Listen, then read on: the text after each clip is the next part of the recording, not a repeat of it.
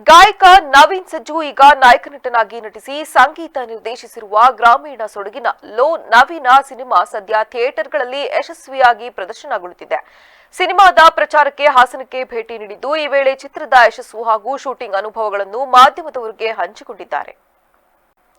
ನಮ್ಮ ಮಂಡ್ಯ ಮೈಸೂರು ಭಾಗದ ಅಪ್ಪಟ ಗ್ರಾಮೀಣ ಸೊಗಡಿನ ಕಥೆ ಇದು. ಇಲ್ಲಿನ ಭಾಷೆ, ಜೀವನ ಶೈಲಿ ಹಾಸನದ ಜನತೆಗೂ ತಲುಪಬೇಕು, ಇಲ್ಲಿನವರು ನೋಡಬೇಕು ಎನ್ನುವ ದೃಷ್ಟಿಯಿಂದ ಹಾಸನಕ್ಕೆ ಬಂದಿದ್ದೇವೆ. ಈಗಾಗಲೇ ಚಿತ್ರದ ಹಾಡುಗಳು ಸೂಪರ್ ಹಿಟ್ ಆಗಿವೆ.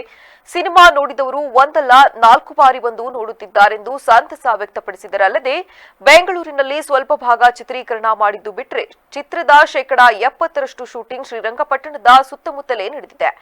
ಪ್ರೇಕ್ಷಕರಿಗೆ ಇದು ಸಿನಿಮಾ ಪರದೆ ಮೇಲಿನ ಕತೆ ಅನ್ನಿಸಬಾರದು, ತಮ್ಮ ಕಣ್ಣ ಮುಂದೆ ತಮ್ಮ ಸುತ್ತಮುತ್ತಲೇ ನಡೆಯುತ್ತಿರುವ ಸಹಜ ಘಟನೆ ಅನ್ನಿಸಬೇಕೆನ್ನುವ ನಿಟ್ಟಿನಲ್ಲಿ ಅತ್ಯಂತ ನೈಜವಾಗಿ ಮೇಕಿಂಗ್ ಮಾಡಲಾಗಿದೆ ಎಂದರು.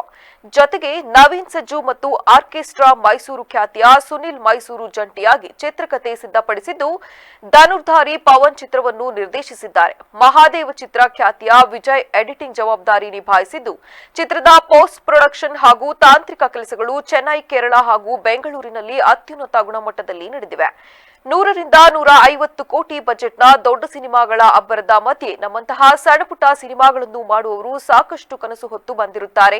ನಾವು ಕೂಡ ಬೇರೆ ಯಾವುದೋ ಸಣ್ಣ ಸಿನಿಮಾ ಗೆದ್ದಿದ್ದನ್ನು ನೋಡಿ ಇನ್ಸ್ಪೈರ್ ಆಗಿ ಸಿನಿಮಾ ಮಾಡಿರುತ್ತೇವೆ.